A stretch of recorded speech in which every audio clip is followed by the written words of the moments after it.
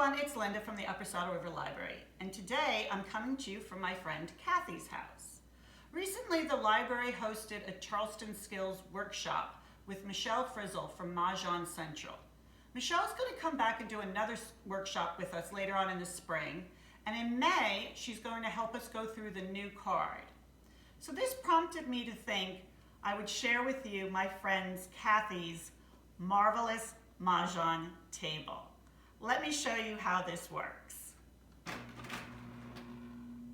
So first, we can put all of our tiles into the table.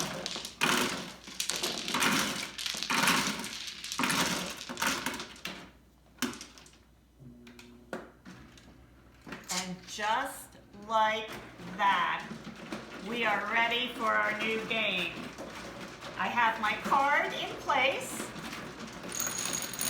I get to roll my dice. Ooh, snake eyes. And we now get to play. I hope you enjoyed this, and I look forward to seeing you at the Upper Saddle River Library soon.